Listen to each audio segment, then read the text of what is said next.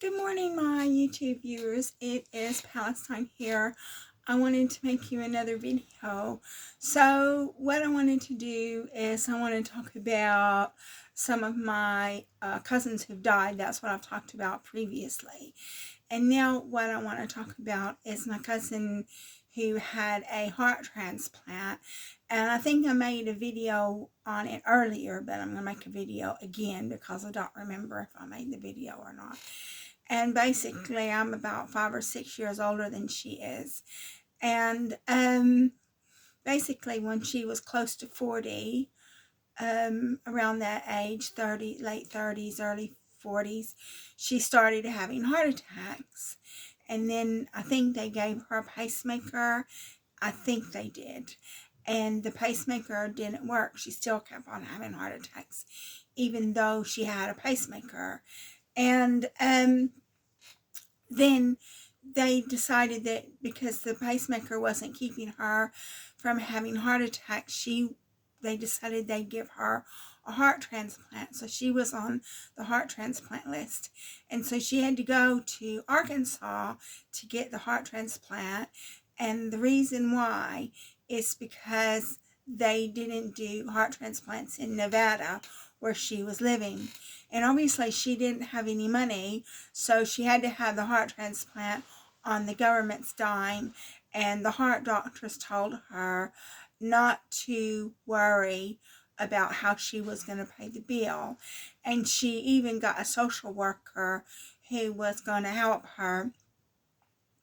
And so they gave her the heart transplant eventually. And then when they gave her the heart transplant, they told her that she only had about a week to live. When she finally did get the heart transplant, they told her that she would have lived about a week longer with that current heart. And then they took the heart to the Mayo Clinic, and then the Mayo Clinic said to autopsy it. And then the Mayo Clinic said that it was really hard to find, but she had a defect in her heart.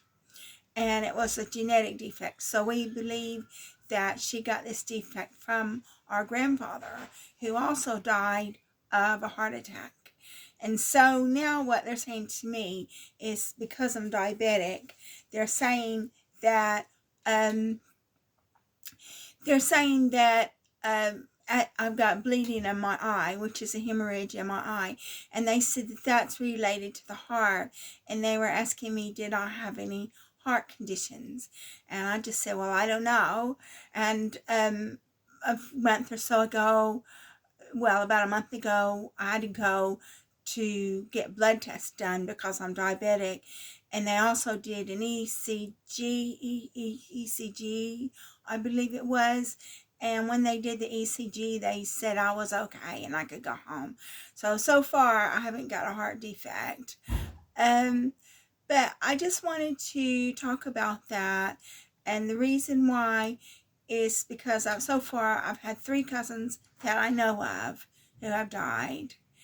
And 3 cousins that I know of who have died. And then 1 cousin who's had a heart transplant, and she would have died. If she didn't get a heart transplant, she would have died.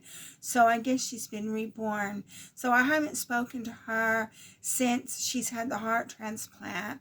I haven't seen her in decades. I know a heart is only supposed to last 10 years, so I don't know how long she's got left, how she's doing, if she's going to have another heart transplant.